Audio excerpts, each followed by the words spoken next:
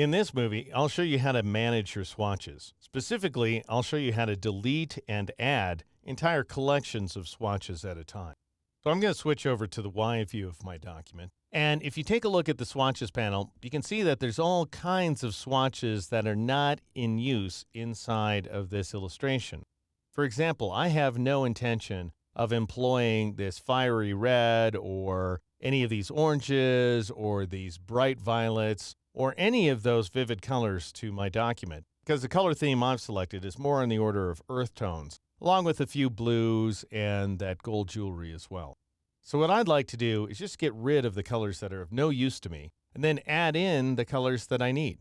So I'll start things off here inside the swatches panel by clicking on the flyout menu icon in the upper right-hand corner and choosing Select All Unused. And that will go ahead and select all of the swatches, or at least nearly all the swatches, that are not used inside the illustration. And that includes 3 of my global swatches that I haven't yet assigned. So I'm going to deselect them by pressing the Control key or the Command key on the Mac and clicking on each one of those selected global swatches. So the dark brown one goes by the name Darkness, the bright green Imported Beetle swatch, and then finally the Stone Violet swatch. So Control click on all 3 of those, Command click on the Mac in order to deselect them. That leaves you with almost all of the default swatches selected. Then you drop down to the little trash can icon and click on it. Now that will cause Illustrator to alert you and ask you if you really want to delete the swatches, which I think is, a silly warning. I mean, how often do you click on something that looks exactly like a trash can if you don't want to delete things, but then you would click yes and go forward? Or I'll click no so I can show you how to avoid that message. 2 different ways. You can either press the Alt key or the Option key on the Mac and click on that trash icon, in which case the selected swatches will go away without warning. Or you can drag any one of the selected swatches to the trash can and release, and that'll take care of things as well. Now, notice that leaves me with a few aberrant swatches, 2 of which are arranged in these folders. So I've got this black swatch right here, and then I have this orange swatch, which is just kooky because I'm definitely not using orange anywhere inside this artwork. So I need to get rid of them as well by clicking on one of the folders and shift-clicking on the other, and then go ahead and drag them to the trash icon as well.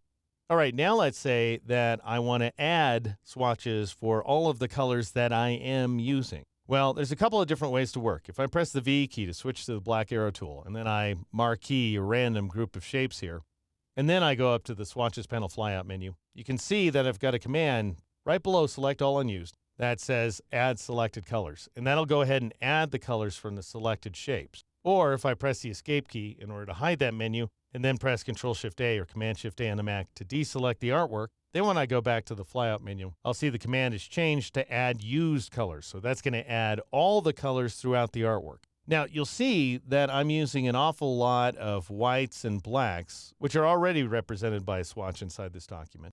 And the thing is, Illustrator is very careful not to duplicate any swatches. So it's just going to add the colors that are so far not represented by swatches. So I'll go ahead and choose the command, and you can see that adds an awful lot of swatches to my swatches panel.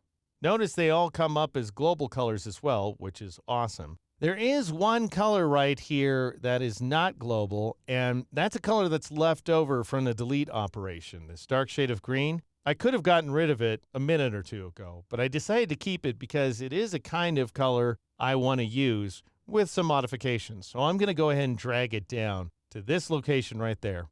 And then I'll double click on it in order to bring up the swatch options dialog box.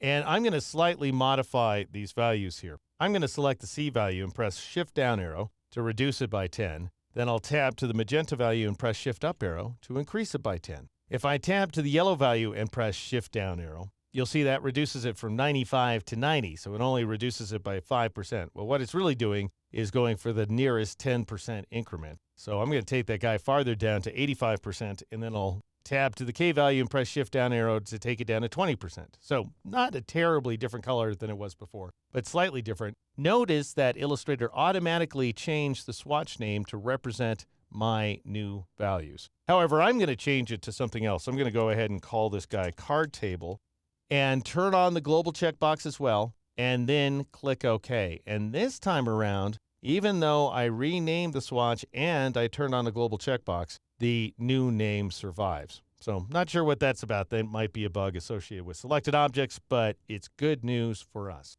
And now what we have, instead of a disorganized array of colors that we'll never use, is a specific group of colors that we'll be using on a regular basis, thanks to our ability to delete and add entire collections of swatches at a time.